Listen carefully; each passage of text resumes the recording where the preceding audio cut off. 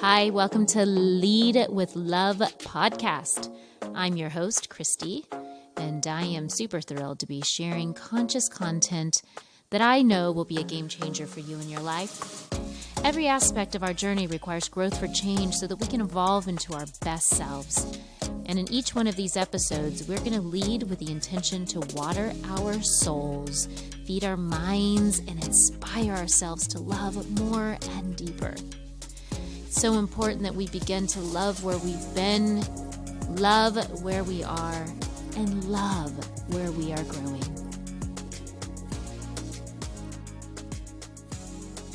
You know, we've spent so many years just putting on mask after mask after mask after mask, trying to be everything that the world wants us to be, right?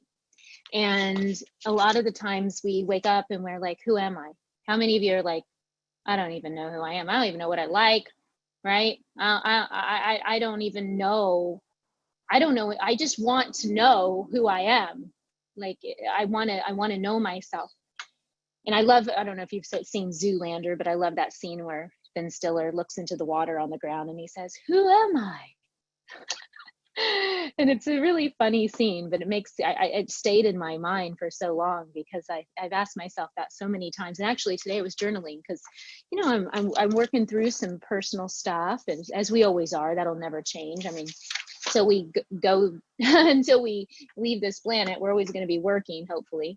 But I wrote that question today, and this is what it just came to me, and I'll share it with y'all. I mean, I'm always vulnerable with you, but it says, you know, what's best for me will align with me. It will always find me. There are no accidents in this life.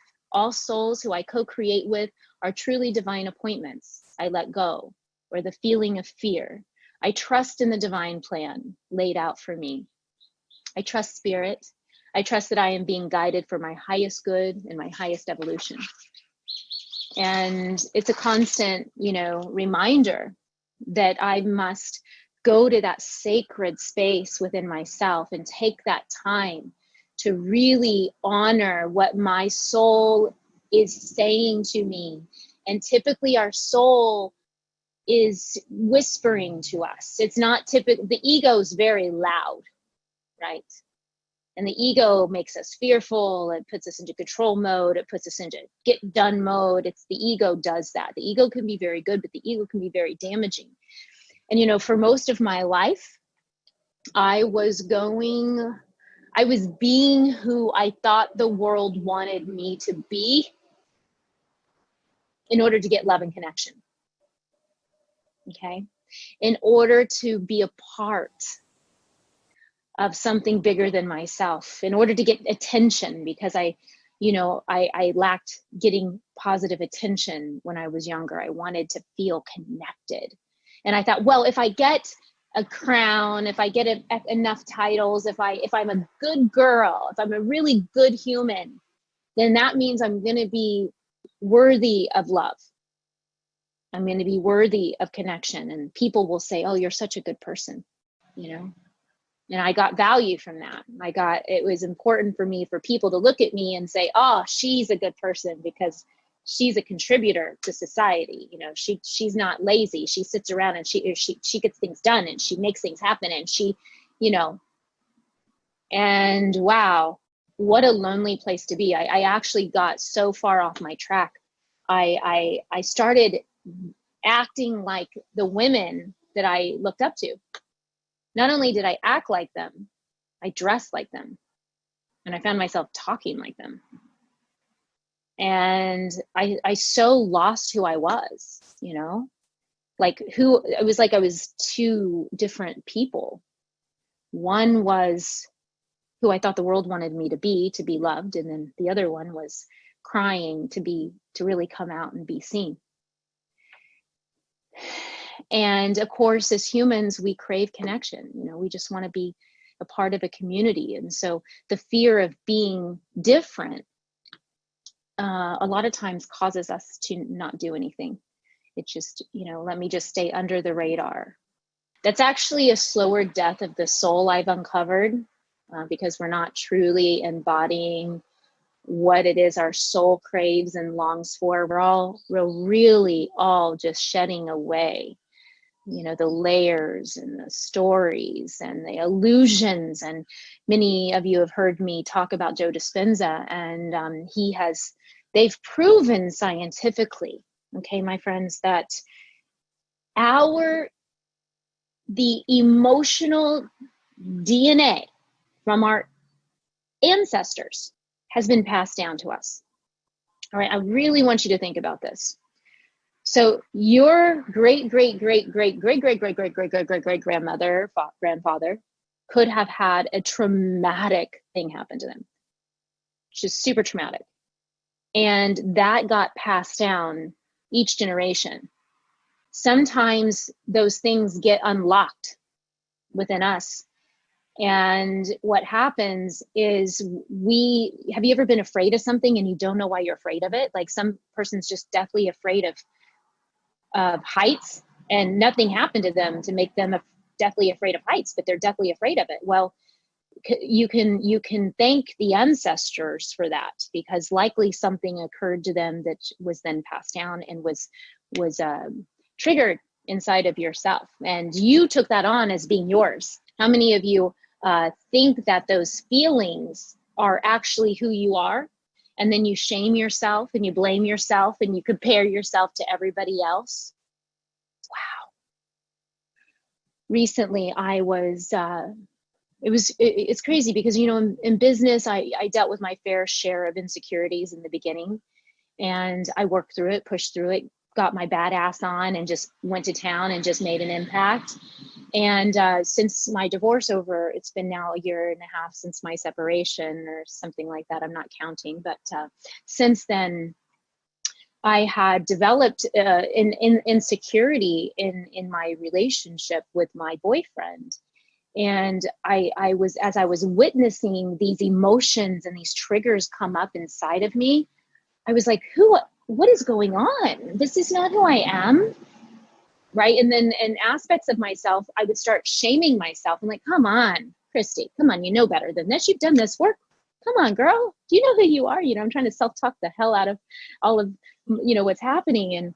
And then I recognized that I really had to be gentle, and I needed to allow what needed to come up. And that there were traumas that occurred with me in relationship that were incredibly traumatic. And not only for a lot of my life, it kept repeating, okay, until I learned the lesson. So it shows up in a different form, disguised as something else, but it's the same feeling, and it keeps showing up. It keeps showing up. And every time, most of the time, I would run away or put a Band-Aid on it, slap a Band-Aid on it, run away, go inside, disconnect. Don't show too much of yourself, because you know what happens when you do that. When you love unconditionally, you know what's around the corner, don't you? When you give your whole self and you hold nothing back, damn, there's going to be something, isn't there? So this is what we have a tendency to begin to believe and drink the Kool-Aid. Okay. And we have to be super aware of what's happening, because this gets us into cycles. And it gets us into moving further away from who we actually are.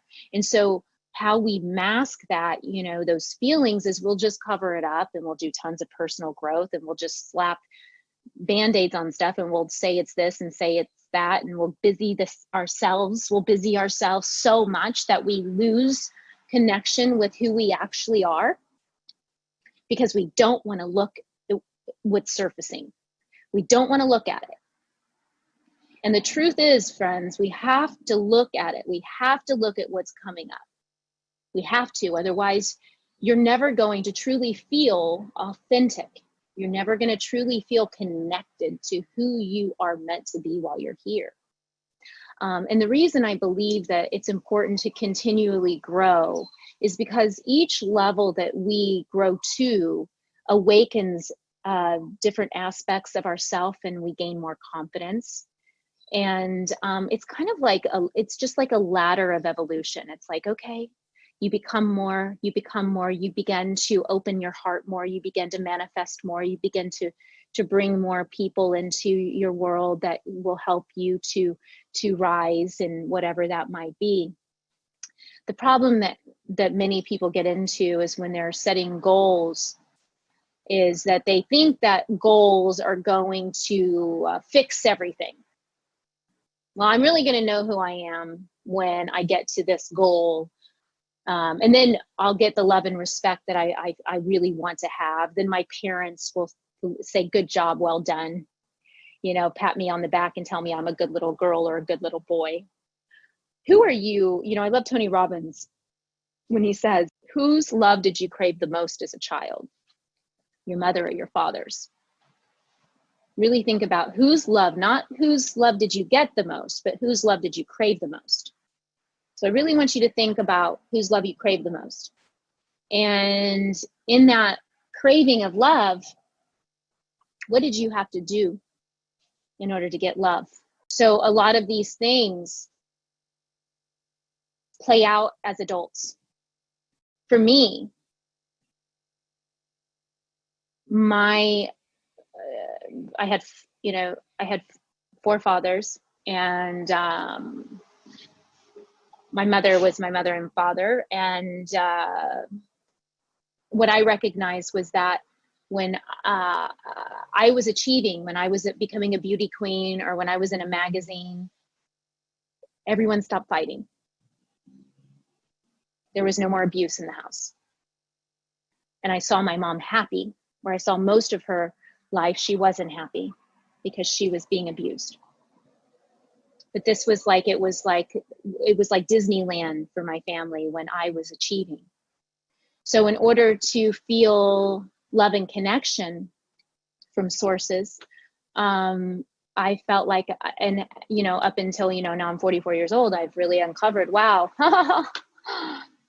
I was looking for love in all the wrong places. I have to be really conscious of that too, because I recognize that even, in my partnership with my beautiful boyfriend, I that achiever, am I being the best woman I can be? Am I just completely being the best I can be to hold that space? And it's just interesting what the programs will do to us. So I encourage you to sit down tonight and really just journal, and understand. So if you can understand the pattern, you can break the pattern.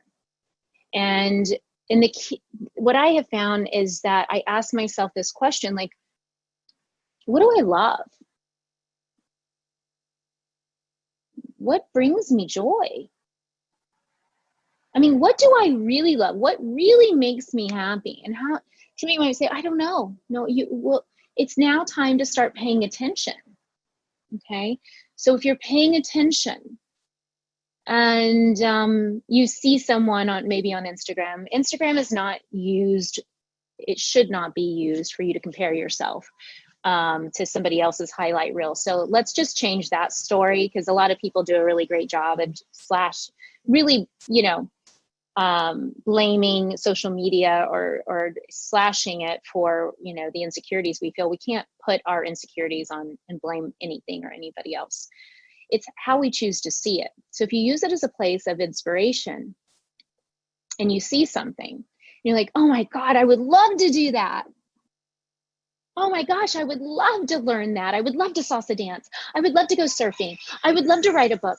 I would love. Write it down in your journal. Let it be a playground of ideas for you to uncover what sparks you, what ignites you. Go play, not too long. Just when you scroll, you're going to see aspects of people that will inspire you and bring out the best in you. Write that down. The buffet of life is offering you millions and millions of feelings and experiences, and that's how you begin to learn what makes me happy. Okay? When you look for it, you will find it, right? We always find what we're looking for. Something as little as, it used to make me incredibly unhappy to do the dishes. And my boys didn't like it either. I just like, Urgh. And so I was like, how can I bring joy to this? I got to do the freaking dishes. And so I turned on music and I started dancing. and I'd start doing dishes, and it made the whole experience so much more enjoyable.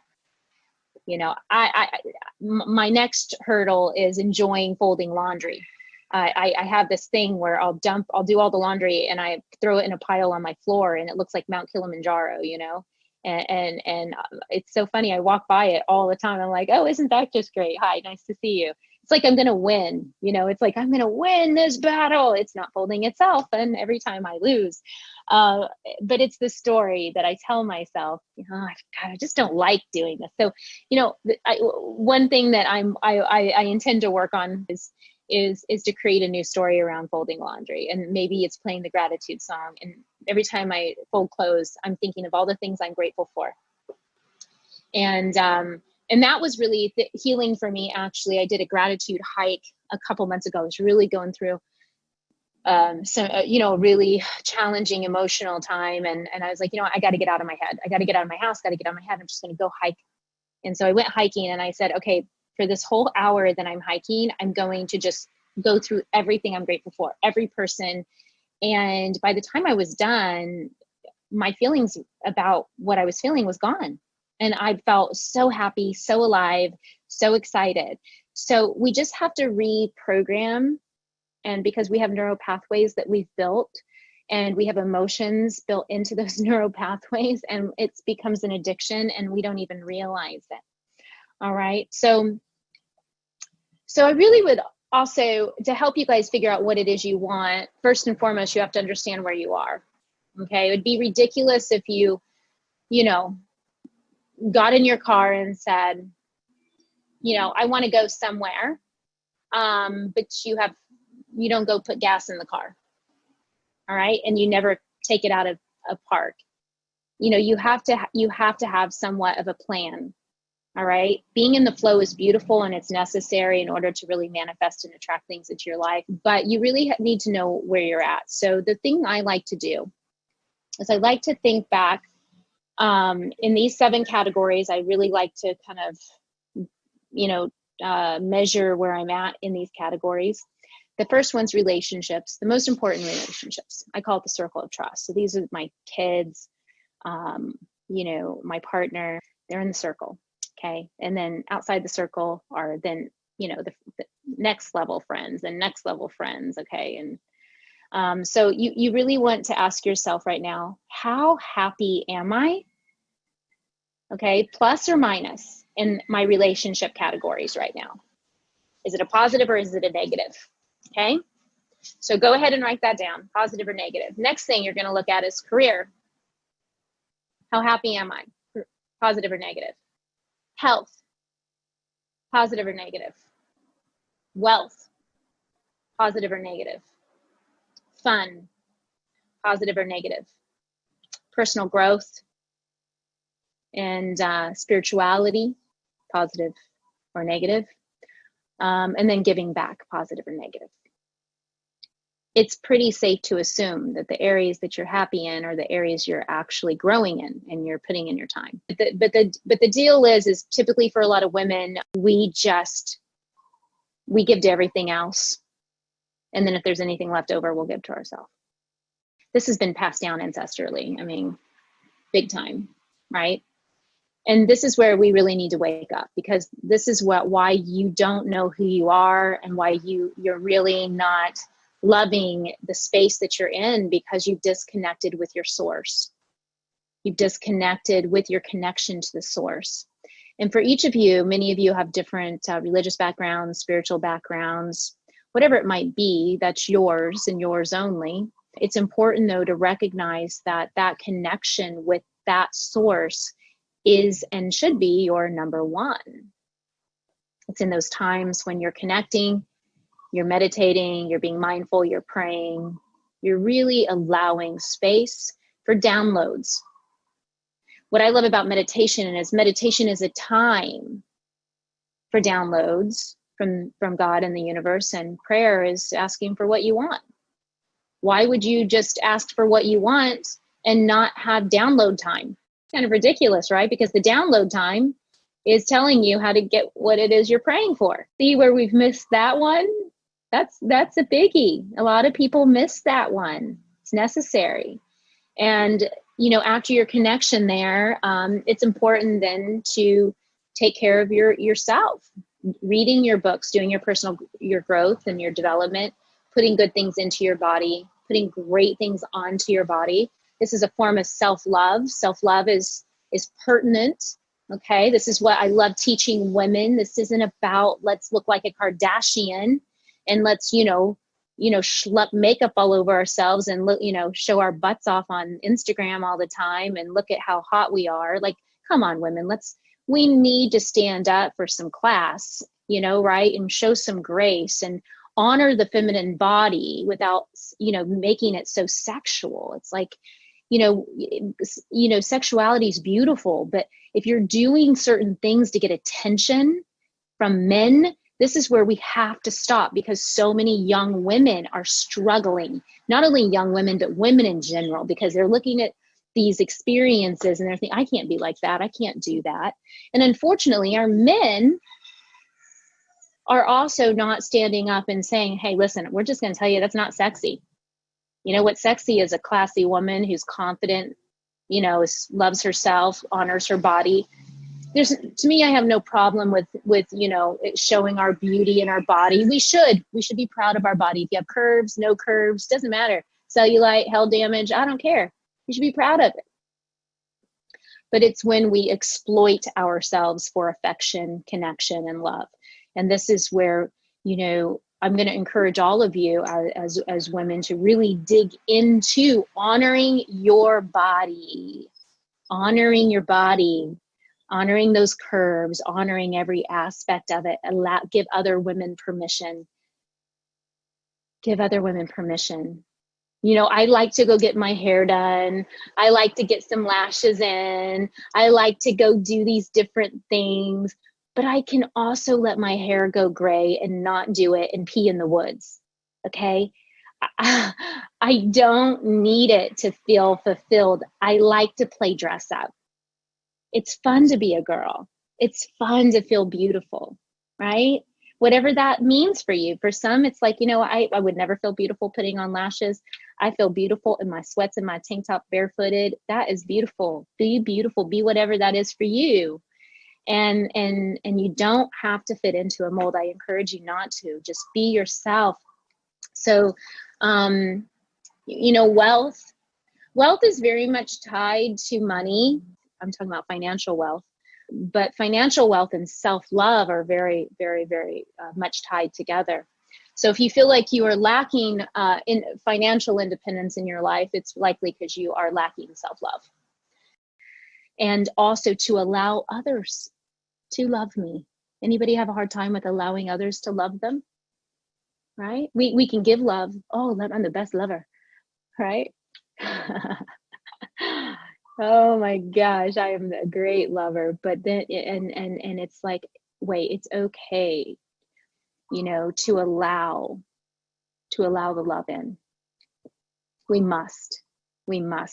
You will find this category in your life, your wealth category will start to really surprise you. Things that you never thought could happen will begin to happen when you begin to really love yourself. Fun is so important. I just recognize that I've always took my life so seriously. Now it's recognizing I want to laugh, whatever that is. I want to laugh. I want to watch comedies. When I do watch a movie, I want to watch things that make me laugh and feel good. I want to not take myself so seriously. I want to explore. Where do you want to travel? What do you want to do? Do you want to be spontaneous? Does that light your fire? That totally lights my fire, So what's fun for you? And then your personal growth. Are you happy there? Is it a plus or minus sign? And then giving back, plus or minus. And so if you want to change these areas of your life, what are you going to have to do? I mean, this is all common sense. You need to put more time in these areas. Okay? Put more time into those areas. Get very intentional. Look at it every day. Check in with yourself every day, every week, every month. Okay, am I on target? Am I doing the things that I need to do to get the results that I want to get in my life? Am I being consistent with my effort? What we are today comes from our thoughts of yesterday, and our present thoughts build our life for tomorrow. A good friend of mine shared that with me, and I thought, I'm going to write that one down, Melissa, and I'm going to share that with everyone. What we are today comes from our thoughts of yesterday, and our present thoughts build our life tomorrow. If I'm going to change anything, I have to be conscious of what's going on in my head. Okay? So when you recognize a negative thought, anybody here have a negative thought today? Negative feelings? Me too. And my girlfriend said, brilliant woman, was hanging out with her today. She said, you know, this man that I work with, he told me something really powerful to do when I have these negative thoughts. And he said, you've got to create new neural pathways. So just observe the negative thought. And then what you need to do is you need to go create the opposite story from the negative thought and spend 10 minutes with the new story. This is how you will reprogram and rewire your brain. So please stop beating yourself up thinking something's wrong. The mind just repeats the day before, the day before, the day before. And it's a record player of even what our family and our partners and the people we love have spoken into us. So if hate or mean things have been spoken into us, what's going to be on repeat? And what's going to be on repeat with what you say to yourself? All right? So if you really want to be your authentic self, we must begin to pay attention and be aware of what's going on in the head. We can truly self-improve our way out of just about every situation, right? And none of us enjoy the struggle.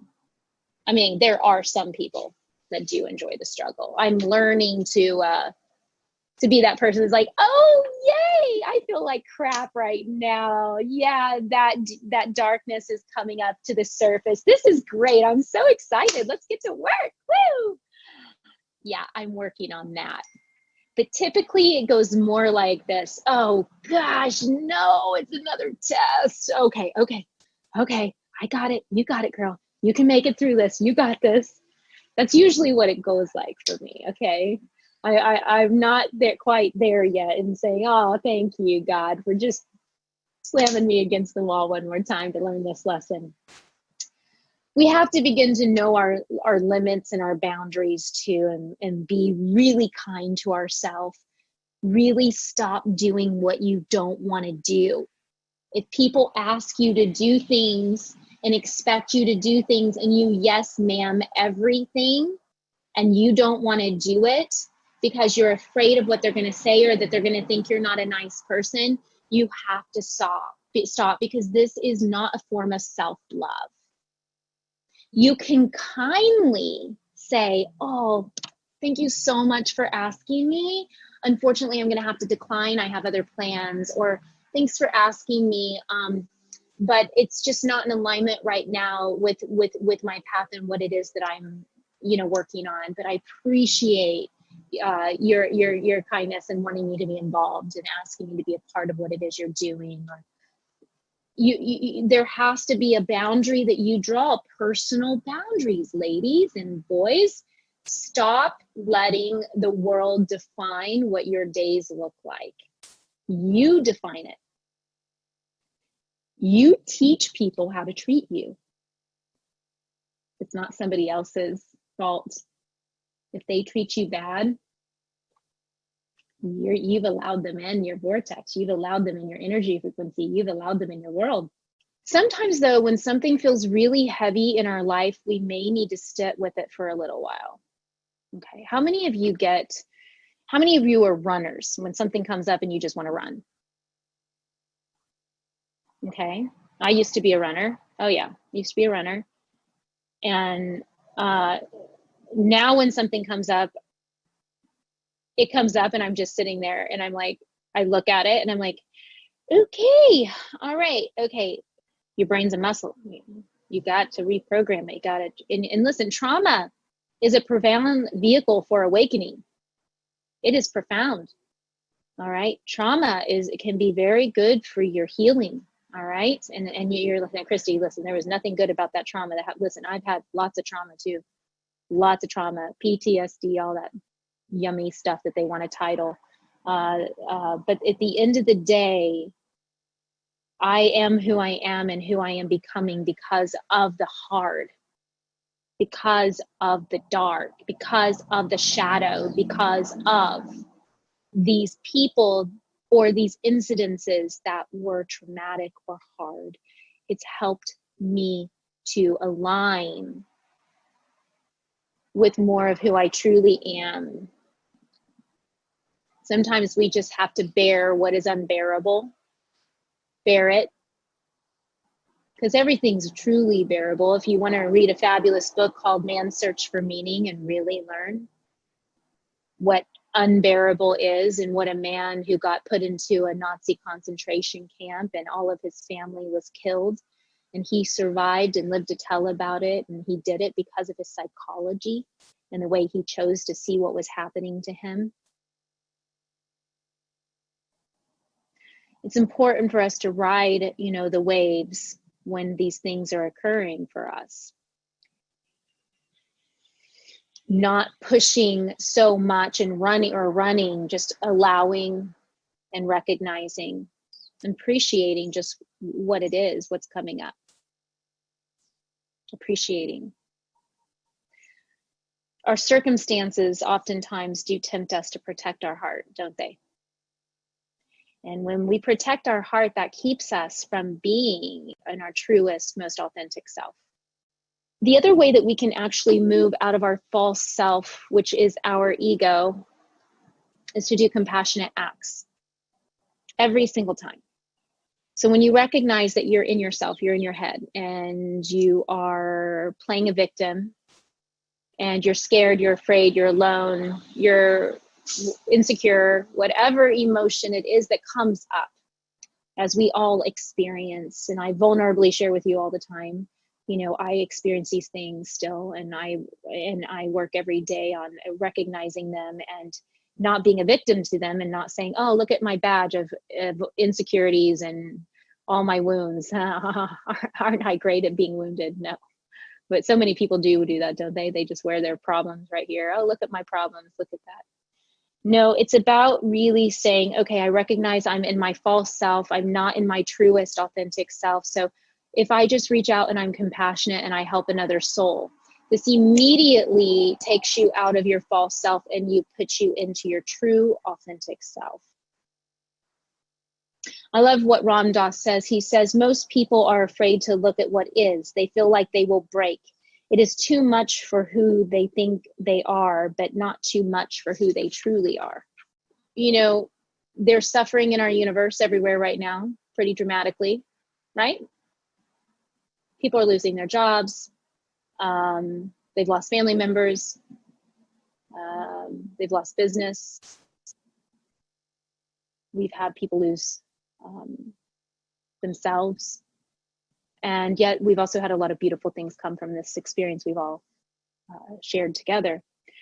It's the yin and yang in life. And so we have to be open to trusting that the suffering is necessary for the evolution, for us to unite as one, and for us to become one, and for us to make the shifts in this planet that need to happen. We must absolutely go through this process. It's humbling. A good friend of mine said, it's a quick drop from the penthouse to the outhouse, isn't it? Quick drop. Many of you were living in the penthouse of life. You go to the grocery store without a mask on, never even think twice about how convenient it was, right? Now we walk out, we have to wear a mask. We go to the store, we wear a mask. We're not able to see people's mouths. We're not able to connect with them as much. Everyone's guarded. We have a new appreciation for humanity. We have a new appreciation for when we actually are able to move from this space, we're able to see each other again. We won't ever take that for granted again now, will we? I know I won't. So are you contributing to the problem? Is a big question you need to ask yourself. What are you transmitting? Are you a part of the web of compassion? Are you a part of the web of hurt? Are you a part of the web of anger? Are you a part of the web of love? What web do you want to be a part of? There's many different webs, and we can get angry and we can be a part of that, and we're going to create more things to be angry about. Or you can be a part of love and trust that I have no control of what's happening in the universe right now. I'm going to go with it. I want to flow with it. I want to do my work. I want to take responsibility for being a lighthouse in the shadows. That is my responsibility, my only responsibility here. So recognize what's pulling you into your greatness is a good sign that you are in alignment with what your soul's craving. Okay? Trust that your emotional guidance system knows what to do. Listen to it. When you have resistance, when you feel resistance, when you don't feel love and unconditional love and peace, you are out of flow with who you truly are. One day we'll look back and we'll say, whoa, wow, now look at our world. Now look at my life. Wow, so much beauty came from that. So much transformation came from that. I am so grateful. I am so grateful. But in order for us as a consciousness, as a unified consciousness to really, really, really, really begin to change, we have to first change ourselves. We've heard Gandhi say that. Be the change you wish to see in the world, right? So are you taking responsibility for the energy that you bring in? Your job's not to be responsible for anybody else, unless you have small children. Your job's to do the work on you. And to recognize when you are in your false self and your false ego. And if you are putting someone else down or shaming someone else or blaming someone else or comparing yourself, you are in your ego. You are not in your true self. Get back on course. And through these teachings of what I've shared with you today, and as you, I hope that you practice it, because if we practice it, we get better at it. And then we all become teachers.